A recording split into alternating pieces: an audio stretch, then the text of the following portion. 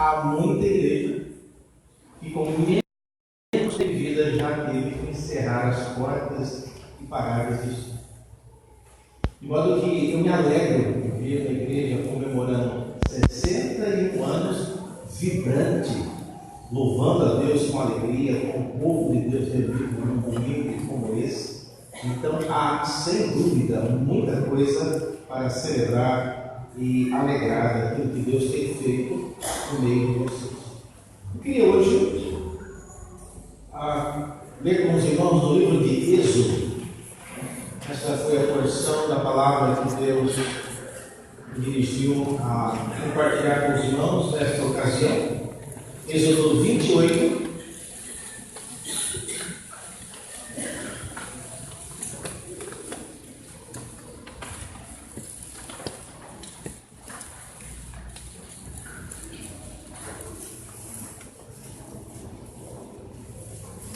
Vamos ler os primeiros 4 versículos.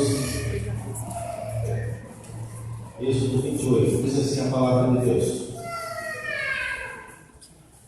Faze também vir para junto de ti Arão, teu irmão, e os seus filhos com ele, dentre os filhos de Israel, para me oficiarem como sacerdotes, a saber, Arão, seus filhos Nadab, Abiú, Eleazar e Itamar.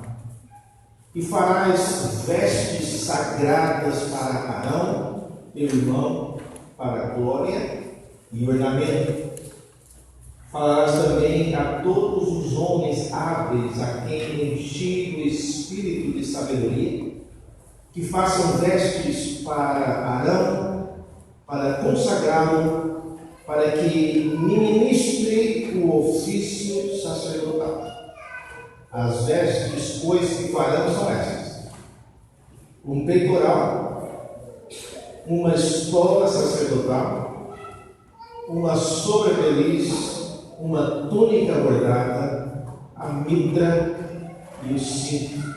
Farão vestes sagradas para Arão, teu irmão, e para os seus filhos, para me oficiarem como sacerdote. Até aqui a palavra do Senhor. Vamos orar. Abra nossos olhos, ó Deus, para enxergarmos na tua palavra aquilo que nos edifica. Não somos capazes de entendê-la sozinhos. Precisamos que o teu Espírito, o mesmo que inspirou esta Escritura, possa também agora nos trazer entendimento. Pedimos isso em nome de Jesus. Amém. Meus irmãos, qual é a importância do nosso vestuário quando nós nos achegamos na presença de Deus? Esse é um tipo de texto que, em uma ocasião, algumas igrejas pedem que o pastor mande o texto que ele irá pregar. E às vezes a secretária pede lá por volta da quarta-feira, e às vezes não manda. E já aconteceu de eu mandar o texto, a secretária olhou assim o texto, aí ela me ligou de volta: tem certeza que é esse texto que o senhor vai pregar? É esse texto mesmo. Mas eu queria nessa noite falar não sobre moda, não sobre tendências do mundo evangélico de como se vestir, mas é um texto especial, porque ele revela detalhes do gosto de Deus em relação ao modo como nós nos apresentamos diante dele. É preciso dizer logo de cara que essas instruções a respeito das vestimentas dos sacerdotes não se aplicam a nós. Deus não fez essa exigência para todos os israelitas. Eles andavam de maneira bem mais simples. E vale a pena acrescentar também que nem todos os sacerdotes se vestiam da mesma maneira que Arão e os seus filhos se vestiam. E vale acrescentar mais ainda que nem mesmo Arão e seus filhos andavam perambulando por meio do acampamento de Israel, parecendo aquela árvore de Natal toda enfeitada com os signos e com as joias. Eles usavam esse tipo de vestimenta somente quando eles adentravam na presença de Deus. Então nós estamos falando aqui de algo extremamente especial, tanto na sua feitura, tanto nos seus detalhes, quanto na sua utilização. Era algo extremamente especial. E é importante também dizer, a título de contexto, que quando Deus nos criou lá no Jardim do Éden, Adão e Eva, eles foram criados sem roupa nenhuma, totalmente nus. É assim que Deus criou, é assim que Ele nos gostava de ver a relação entre Deus e o homem, com comunhão. Deus, diz o texto de Gênesis, visitava o casal na viração do dia para conversar, para compartilhar, para tornar diante daquele primeiro casal o conhecimento de Deus acessível. Não havia absolutamente nenhum tipo de vestimenta. A primeira necessidade de vestimenta, os irmãos devem se lembrar, foi por causa do pecado. Depois que Adão e Eva cometeram o primeiro pecado, Deus foi Ele quem teve a iniciativa de vesti-los. E a Escritura nos diz que a função da vestimenta, então, era para cobrir a vergonha trazida pelo pecado. De modo que a ideia de fazer vestes não é algo novo para Deus. Ele já se envolveu com isso, ele já havia providenciado em outras ocasiões, mas aqui, no capítulo 28 de Êxodo, a finalidade e o significado das vestes, elas são coisas bem diferentes. Veja no versículo 3, você pode ler comigo que as vestes, dentre outras coisas, elas eram para ser feitas por meio de homens que teriam o espírito de sabedoria para poder entender como seria o corte, como seria o tipo de costura, como seria o tipo de barra e os diversos detalhes envolvendo esse traje. Muitas das irmãs, especialmente, já devem ter visto ou passado por essa rotina de encomendar um vestido para um casamento ou para uma festa muito especial, e é natural você, depois de encomendar o vestido, você voltar para prová-lo e fazer os devidos ajustes. Aquilo que pareceu bem na revista, quando vai para o seu corpo, não fica tão bem como estava no corpo da manequim, cuja foto estampava na revista. E a costureira hábil terá que fazer os ajustes, terá que encurtar, terá que fazer tudo o que é necessário. Ora, no caso aqui, a receita vinha dos céus. E Deus não teria como passar tantos detalhes. O texto diz que os detalhes dessas vestes eram por meio de homens cheios do espírito de sabedoria. Então eram realmente ideais que foram alcançados porque Deus quis que fosse assim. De modo que nessa noite, meus irmãos, eu queria, já que são vestes especiais, para ocasiões especiais, eu queria fazer duas perguntas para nós aprendermos sobre esse texto nesta noite. A primeira é por quê? Por que Arão e seus filhos precisavam de vestes especiais? Será que eles não vestiam de maneira digna o suficiente para poder comparecer na presença de Deus? Será que Deus ele considera aquilo que nós vestimos mais importante do que aquilo que nós somos? Não, não deve ser.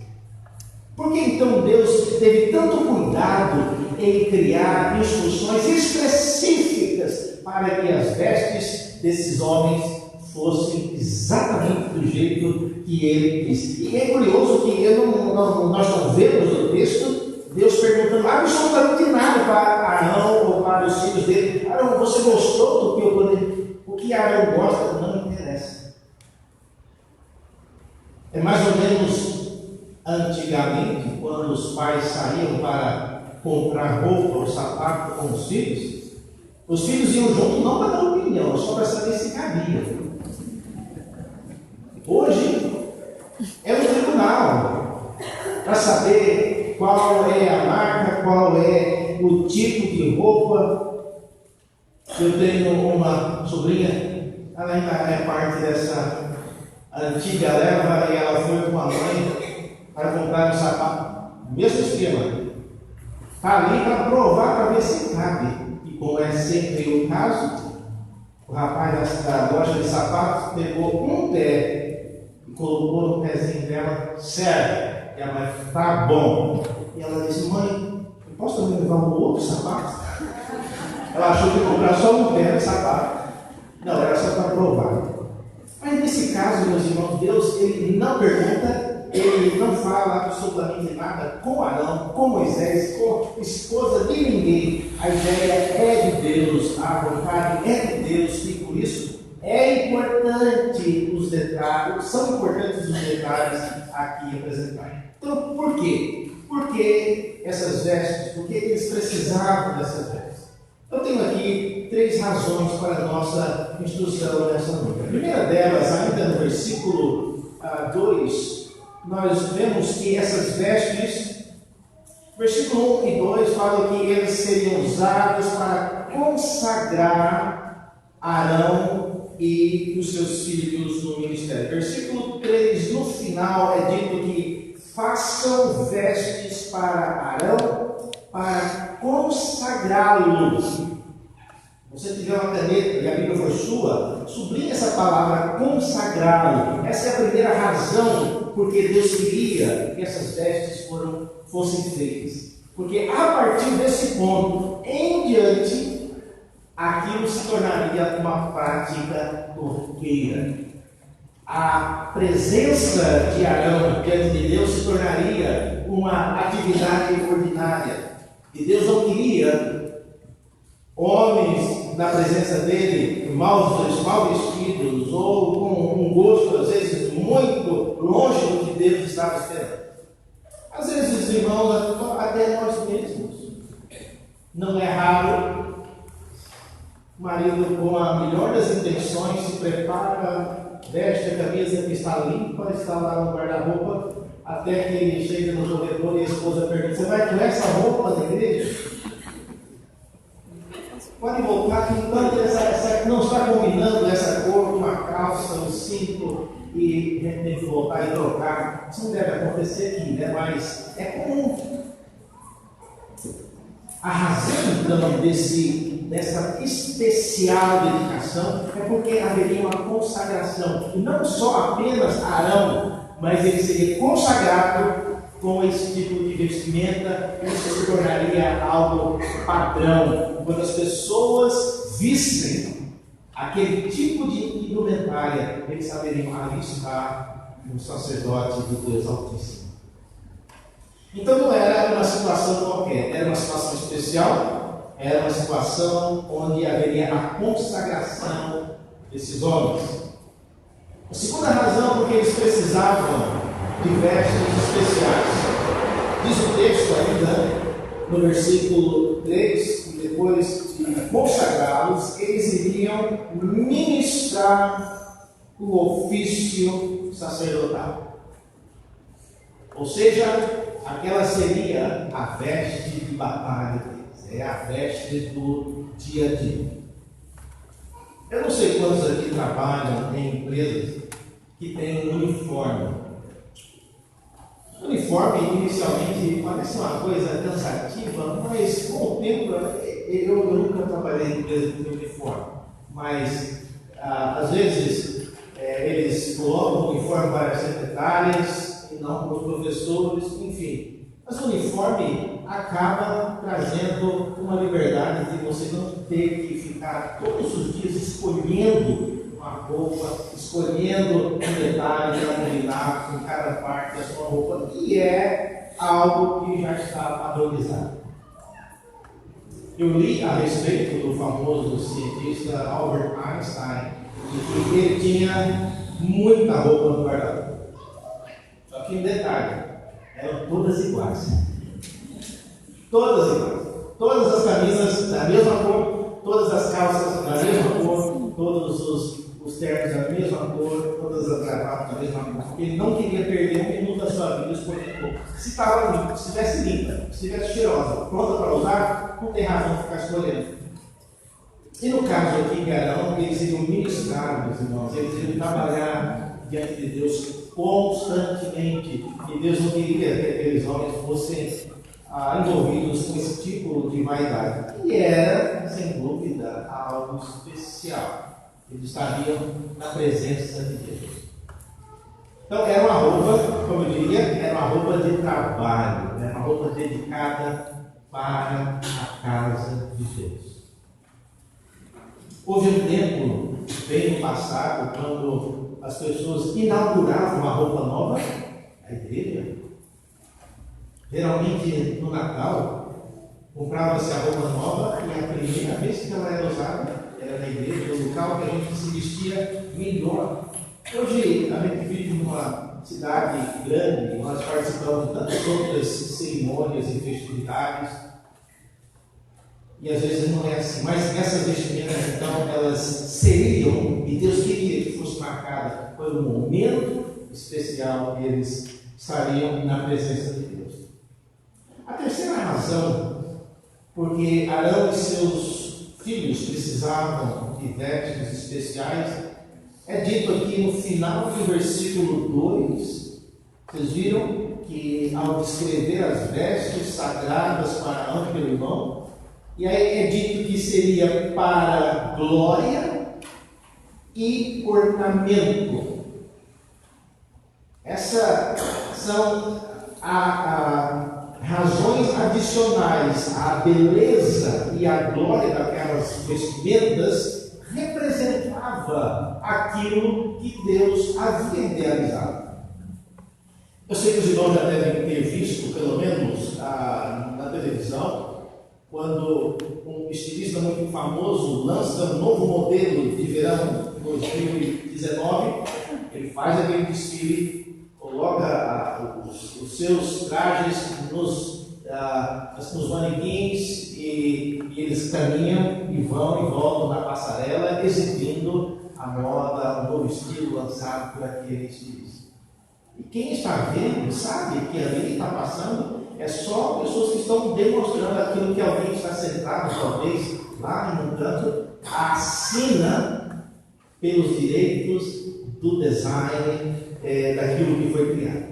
Ora, quem olhava então para aquelas vestes estaria vendo o design de Deus. Foi Ele quem criou, foi Ele quem idealizou. E a pergunta é, por que, reverendo? Por que Deus fez tanta questão de vestir seus sacerdotes com tantos detalhes especiais? Isso então nos leva para a segunda pergunta desta noite. Qual o significado dos detalhes dessas vestes? Vocês viram aí no versículo 4, há um resumo do que continha nas vestes. Era uma veste bem recheada de coisas. Versículo 4 é dito que havia um peitoral, uma peça que cobria aqui, então, obviamente, na região do peito. Havia também uma estola sacerdotal, toda recheada de joias preciosas como veremos.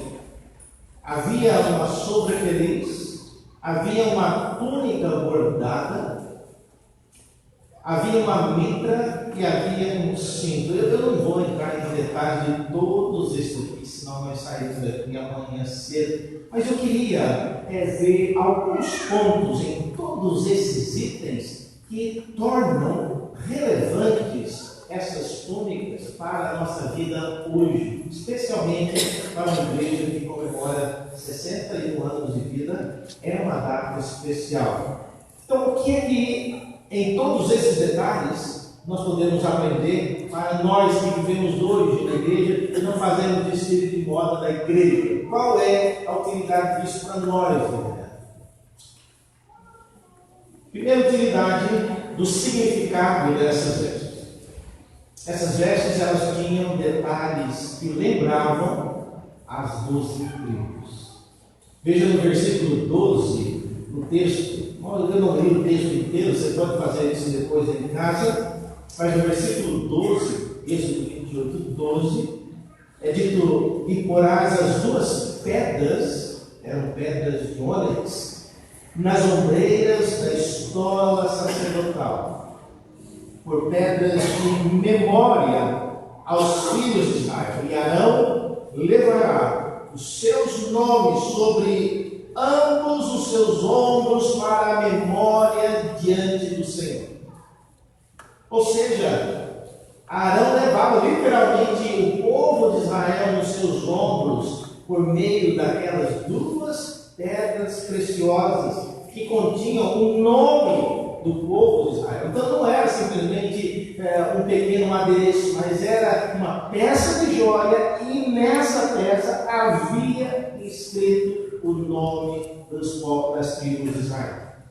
E é dito aqui que aquilo tinha a finalidade de ser um memorial na presença de Deus. Então, essa é a primeira dica, meus irmãos, de que Arão, ao adentrar no santuário, ao adentrar no tabernáculo, ele entrava como um representante do povo que era ficado lá fora. Isso torna algo especial para Arão. Ainda no versículo 21, além dessas joias que tinham nas ombreiras, é dito no versículo 21 que no peitoral também eram colocadas pedras que lembravam o povo de Israel. É dito no versículo 21, as pedras serão conforme os nomes dos filhos de Israel, 12, segundo os seus nomes. Serão esculpidas com os sinetes, cada uma com o seu nome, para as 12 tribos.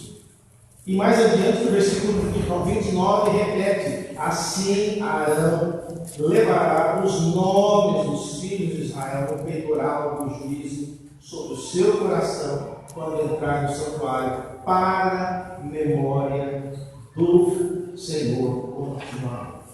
Ou seja, meus irmãos, quando Arão entrava na presença de Deus, ele entrava vestido com joias que lembravam que diante dele estava representado o povo que havia ficado lá fora.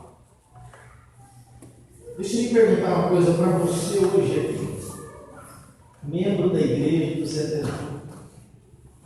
Você já parou para pensar que você que tem o privilégio de assentar aqui dominicalmente, você precisa representar alguém que não está aqui? Por que você acha que Deus te dá o privilégio, a saúde, a capacidade, o tempo de vir até a presença dEle, ouvir a sua palavra, ser abençoado por Ele, receber todas as dádivas que Ele concede? Por que Ele faz isso? Você acha que é por causa de você?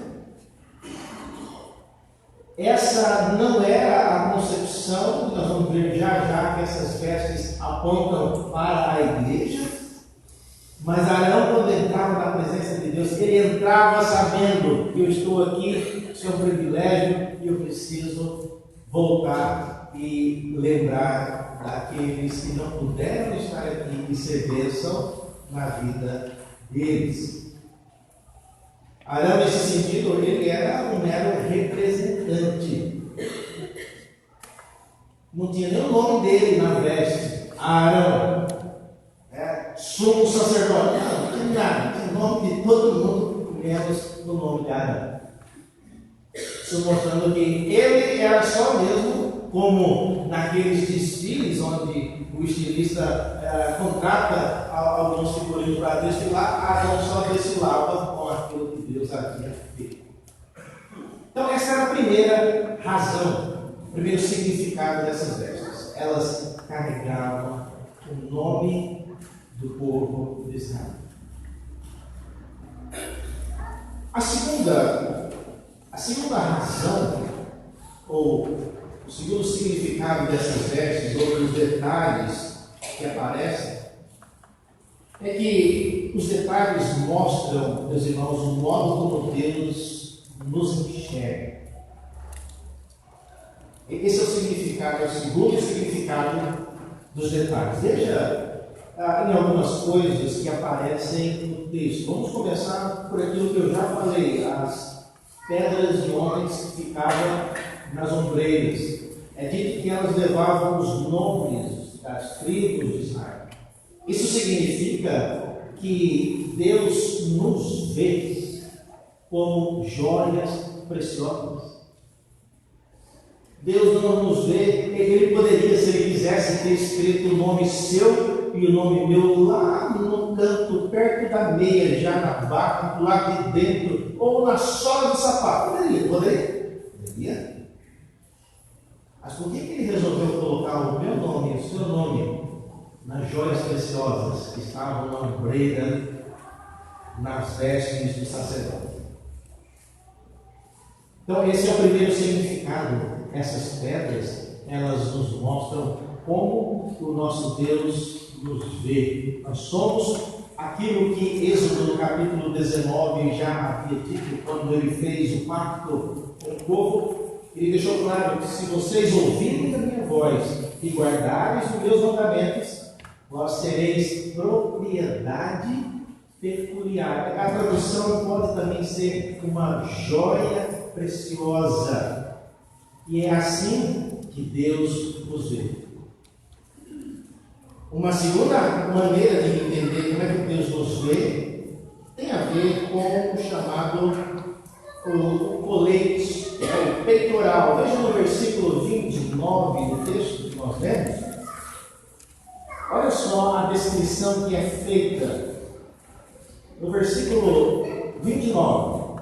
Assim, Arão levará os nomes dos filhos de Israel no peitoral, mas não é qualquer peitoral, é peitoral do juízo. Eu acho curiosa essa expressão, seguindo, não é um peitoral a prova de bala, não é um peitoral para segurar a barriga, não é um peitoral para enfeitar, é o peitoral do juízo. Por que isso? Diz o texto que o peitoral do juízo, ele ficava sobre o coração de Arão, quando Arão entrasse no santuário para a memória diante do Senhor. E também no peitoral, diz o versículo 30, peitoral do juízo, aí vem a dica, estava o Urim Tumim. Não, Urim Tumim não é o nome de nenhum pet do sacerdote. Urim Tumim era um instrumento. Pouco se sabe sobre o uso e a finalidade do Urim Tumim, mas o que nós sabemos é que era um pequeno saquetel que continha duas pedras ali dentro. Por causa da expressão Urim e Tumim, juntadas com o hebraico aí, dá a ideia de que era uma pedra branca e outra preta. E elas eram usadas quando o sacerdote tinha que tomar uma decisão que era trazida diante dele, uma causa que não tinha solução, o sacerdote teria que decidir. E ele então orava a Deus, colocava a mão no saquetel e tirava a pedra. Aquela que saísse estava resolvido, Deus decidiu. E eles criam nisso, que a decisão vinha de Deus, não vinha do sacerdote, não vinha da influência de ninguém, é o que saiu. Colocou a mão no saquetel, tirou a pedra branca, essa é a resposta. Se tirou a pedra, é não. Agora, a pergunta não podia ser, com quem eu vou casar? Não. A pergunta tinha que exigir apenas um sim ou não. O branco era sim e a pedra preta era não. De modo que eles sabiam, vários provérbios, inclusive, que dependem disso. O famoso provérbio 16, 35, fala: a sorte se lança no regaço. Regaço é o foro, mas do Senhor procede toda a resposta. Então, era uma prática comum. Os primeiros diáconos na igreja primitiva foram escolhidos, lançando a sorte. Então, isso era comum. De modo que o peitoral, então, era o peitoral do juízo, porque todas as decisões que o sacerdote tomava lá fora, ele trazia diante de Deus, e ali era uma maneira de ser referendadas as decisões que haviam tomado. E por último, irmãos, lembrando ainda que essas vestes então mostravam como Deus nos enxergava.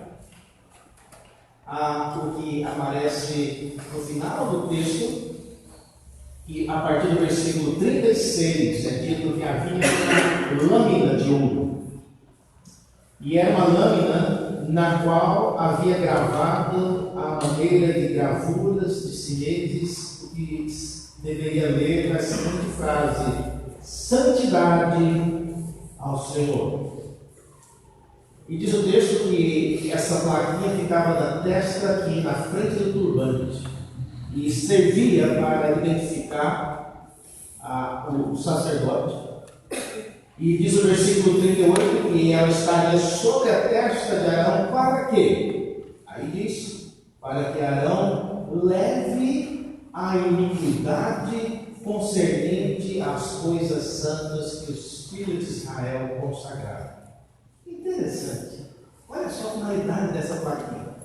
Essa plaquinha, dizendo santo ao Senhor, ou santidade do Senhor, significava, ou tinha o poder de, quando alguém do povo trouxesse alguma coisa impura e que precisasse ser consagrada, precisasse ser tornada santa, é por causa dessa plaquinha, diz o texto, que ficava na testa de Arão, que ela levaria a iniquidade contida em qualquer que fosse objeto ou pessoa que havia se tornado impura, ou qualquer que fosse a situação.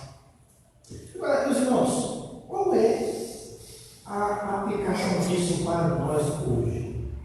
Vamos concluir com alguns pontos pensando nisso. Eu tenho aqui 4 pontos para a nossa conclusão. Quanto disso tudo podemos aplicar para os nossos dias? Primeira coisa que você poderia, se quisesse, guardar e levar para a sua casa hoje. Deus não nos julga pela roupa que nós vestimos. Isso dá claro. Não é o caso aqui da igreja de Centenário, eu já percebi, mas olha, eu já visitei algumas igrejas que é um desfile de moda. E assim, a gente se sente até meio fora da moda, e eu vou pregar às vezes, eu já sei mais ou menos o estilo de algumas igrejas, mas Deus não nos julga pela roupa que nós vestimos. E nós também não deveríamos julgar uns aos outros também pela roupa. O que nós somos é mais importante do que nós vestimos. Tem gente que veste o que não pode, não consegue pagar, mas é algo da moda. Mas Deus não olha dessa maneira. E essas vestes sacerdotais acabam nos ensinando isso. Elas eram especiais para estar na presença de Deus, mas não era para não ficar passeando, perambulando pelo acampamento nessa roupa. As roupas não tinham nada a ver com ele, eram apenas símbolos de quem ele representava. Lembremos disso de nós. A igreja ela não é, ela nunca pode ser um local de competição e nem de discriminar as pessoas nesse sentido. Segunda lição que nós aprendemos disso tudo. As vestes sacerdotais, elas apontavam para um relacionamento representativo. Isso é importante para nós hoje, porque nós, quando fazemos parte do povo de Deus, é muito fácil nós nos esquecermos disso. Olhem na sua Bíblia, por favor, em Êxodo capítulo 19. E é parte do que eu já falei, mas eu queria apenas repetir. Êxodo 19, no versículo 4 e 5. 5 especialmente, Êxodo 19, Deus ainda falando com o povo sobre a aliança que estava para ser concretizada. Ele diz: agora, pois, diligentemente ouvirdes a minha voz e guardardes a minha aliança, então sereis minha propriedade peculiar. Essas são as joias das ombreiras, é a propriedade preciosa. E dentre todos os povos, porque toda a terra é minha. E é dito que nós, por causa disso, seríamos o quê? Reino de sacerdotes. Ou seja, toda essa descrição que nós lemos vai mais cedo ou mais tarde ser aplicada a você, porque você foi chamado para ser parte de uma nação de sacerdotes. Você não precisa, da maneira literal, sair nas ruas com esse tipo de indumentária, mas o significado então é relevante para nós. E o que mais se aplica para nós hoje é isso. Mesmo que você não ande como sacerdote na rua, você tem que se lembrar de que o que você está desfrutando hoje à noite aqui é para abençoar aqueles que Deus coloca ao seu redor durante a segunda, sexta, até a sexta, até nos encontrarmos novamente. Lembre-se disso, é um privilégio seu estar na presença de Deus. As vestes nos apontam para esse relacionamento representativo. Terceira lição, para concluirmos, essas vestes, elas não escondem as nossas iniquidades. Não tem veste tão bonita, tão cheirosa, tão chique, tão brilhante que esconda aqui o nosso pecado de Deus. O profeta Isaías, no capítulo 64, Isaías 64, comentando sobre isso, ele diz o seguinte, Isaías 64, no versículo 6, é um texto que nós já conhecemos, já ouvimos em várias ocasiões, mas diz o seguinte: mas todos nós somos como o imundo, e todas as nossas justiças como trapo da imundícia. E todos nós, não são alguns, todos nós murchamos como a folha, e as nossas iniquidades como um vento nos arrebata. É isso que nós somos. Não tem roupa bonita que esconda isso. O fato de por dentro nós sermos trapos de imundícia. E que a nossa vida, a cada dia, nos faz ser pessoas mais murchas. Esses dias atrás aí, apareceu uma febre que todo mundo colocava foto com o celular envelhecido, você viu? É uma tristeza, né? Não é possível que eu vou ficar daquele jeito, né? Mas vai. Não tem jeito. Olha, tem os velhos que são enxutos, né? Consegue ficar bem mais inteligente. Você põe lá, coisa. Né? Muita gente descobriu que botou no aplicativo e foi igual o pai, ou a mãe. E é isso mesmo, o texto está dizendo que não é só a cara enrugada, não. O texto bíblico diz que é a nossa condição como trapos de imundícia. Mas eu tenho uma novidade para vocês. Embora eu e você sejamos trapos de imundícia, Deus nos vê como propriedade preciosa. Deus nos vê como joias preciosas. Deus nos vê como pessoas que podem ser representantes dele no mundo em que vivemos. E essa é a novidade, essa a maior aplicação dessas vestes para os nossos dias. Em quarto e último lugar, Cristo, ele finalmente nos vestiu em novidade de vida para que nós andássemos na presença não só de Deus, mas do mundo em que nós somos inseridos. Eu queria convidá-los a abrir no capítulo 61 de Isaías. Eu queria concluir com uma rápida leitura em alguns versículos desse capítulo 61 de Isaías.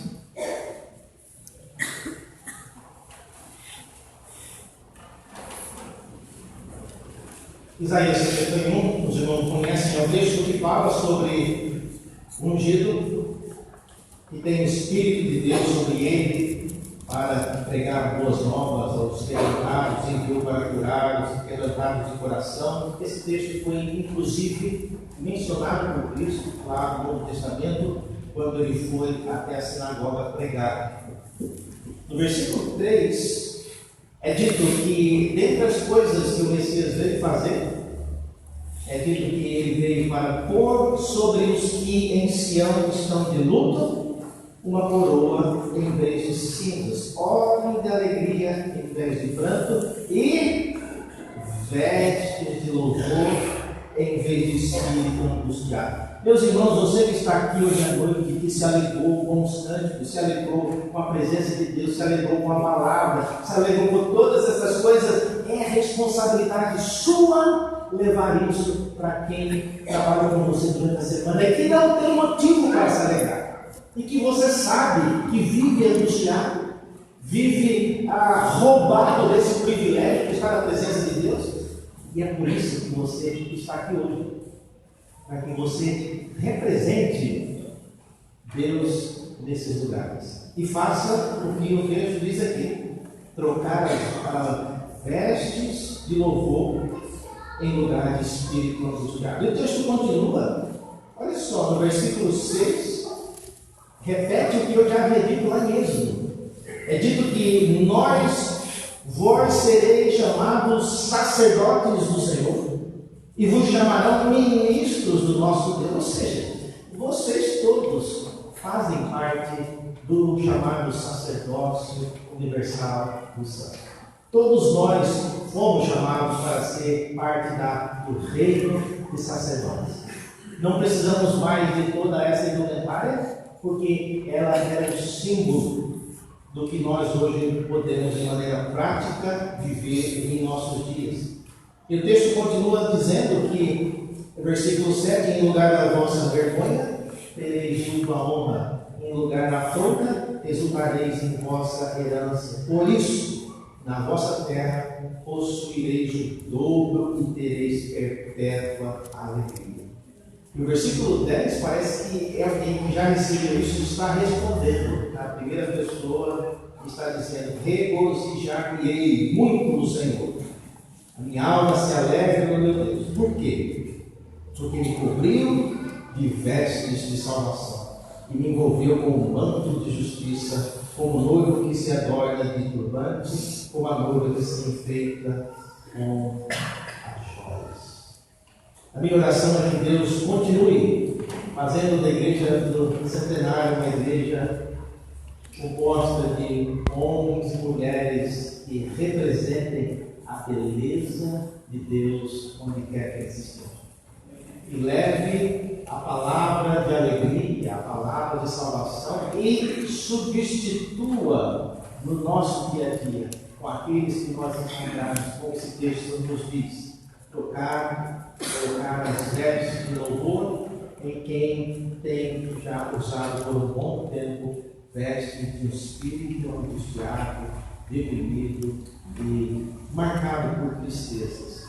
Que Deus nos abençoe e nos ajude a ser homens e mulheres que sejam sacerdotes no símbolo do nosso Deus. Vamos lá, uma vez. Pai, abençoa-nos dando o entendimento correto da Tua palavra. Ajuda-nos a obedecê-la, crer nela e que aquilo que lemos possa também se concretizar em nossas vidas. Pedimos isso em nome do Teu Filho Jesus, aquele que é o nosso sacerdote. E em nome dele, por causa do sangue dele, que nós oramos e pedimos isso. Amém.